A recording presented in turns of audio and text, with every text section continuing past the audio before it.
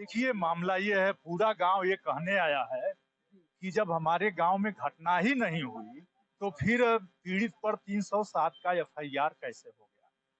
इस पर अभी एडिशनल एसपी साहब ने, सीओ साहब ने भरोसा दिया है कि हम लोग खुद मौके पर जाएंगे और घटना अगर फर्जी है तो फर्जी सूचना देने वाले पर कार्रवाई होगी। घटना यह है, कोतवाली थाने का एक गांव है रुच्चापार। वहां पर एक रामधार नाम का राजभर था जो बहुत शराब पीता था। उससे 30 कट्ठा जमीन बैतालपुर, जो मेन रोड पर जमीन है बैतालपुर में, 30 डिसमिल जमीन लिखवाई गई, लेकिन बाउंड्री 38 डिसमिल का हो गया। उसके दो छोटे बच्चे जब सयाने हुए हैं तो उस 8 डिसमिल जमीन के कब्जे के लिए उन सबों ने एसडीएम और संबंधित न्यायालयों में मुकदमा वाद दाखिल कर दिया तो भू माफिया ने, जिसने 30 डिसमिल जमीन लिखाकर 38 डिसमिल कब्जा किया है, उसने इनको पुलिस से अरेस्ट कराने का एक जुगाड़ बनाया और एक फर्जी घटना दिखाया कि हमारे ऊपर इन बच्चों ने हमला कर दिया।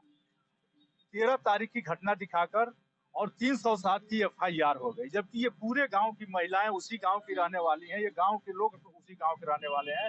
इनका कहना है 307 की वहां पर तूतू एनसीआर स्तर की भी घटना नहीं हुई है। तो इसमें जांच का आश्वासन एसडीएम साहब और सीओ साहब, ये एसपी साहब और सीओ साहब ने दिया है।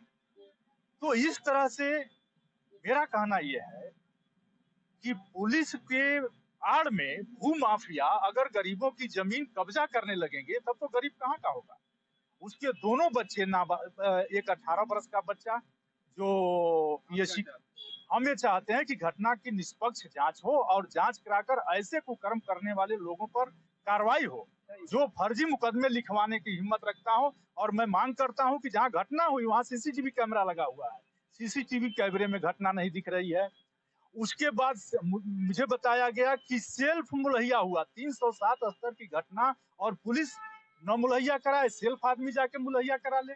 और अगर मुलहिया हुई तो मैं ये भी मांग करता हूं जो मुलहिया हुई है 307 की, वो आदमी घूम रहा है, जिसको जो 307 लिखवाने के बाद घूम रहा है, उस आदमी की पूरी बोर्ड बना करके उसकी मुलहिया हो जाए।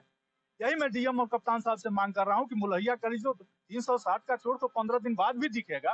मेरे पापा के लड़के मरे थे, उसकी मतलब वो हो रही थी बरखी, हो रही वो 10 गाता थी और पुलिस वाले गए, बोले कि चलो बच्चों थोड़ा काम है वहाँ पे।